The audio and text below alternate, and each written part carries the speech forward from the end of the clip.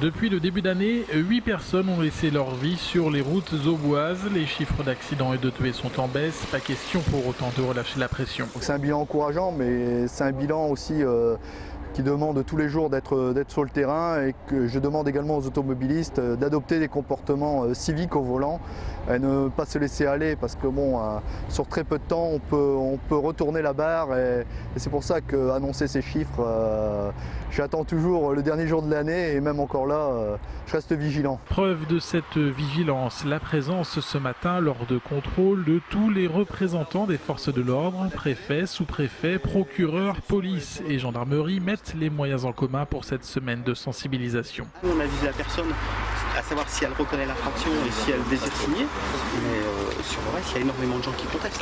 Je vois ce matin, sur les 3-4 infractions, il y en a 2 qui contestent. Dans l'Aube, on fait de la prévention. On fait beaucoup de prévention, mais on fait aussi de la répression. Il ne faut pas avoir peur du mot. Et cette semaine, vous allez avoir un certain nombre de contrôles routiers un peu partout dans le département, sur les autoroutes, sur les axes routiers départementaux, en ville comme à la campagne, à chaque fois pour vérifier que les règles de sécurité sont bien respectées. Et lorsqu'elles ne sont pas respectées, une sanction. Parmi l'arsenal de prévention et de répression, ces contrôles coordonnés de police et de gendarmerie. Ils vont se multiplier notamment sur la rocade de l'agglomération troyenne. On essaye de se coordonner le plus possible, de faire en sorte qu'on ne soit pas tous sur le même axe et que les automobiles ne soient pas contrôlés 3 fois sur le même axe. Donc on se coordonne, on s'informe, on échange des informations pour faire en sorte que le maillage territorial soit le plus large possible. La chasse au téléphone portable au volant, aux vitesses excessives, au franchissement de lignes continues, à l'alcool et aux stupéfiants est donc largement ouverte, surtout en cette période de grand départ. On est un petit peu également dans la démonstration.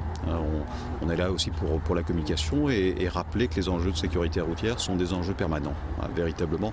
On ne peut pas, même à une période où nos concitoyens sont amenés à partir en vacances et ont tendance à oublier un petit peu la sécurité, on ne peut pas effectivement oublier que ça reste une priorité absolue. Ce matin, sur les 2 points de contrôle mis en place par la police et par la gendarmerie, 15 infractions ont été relevées et sanctionnées.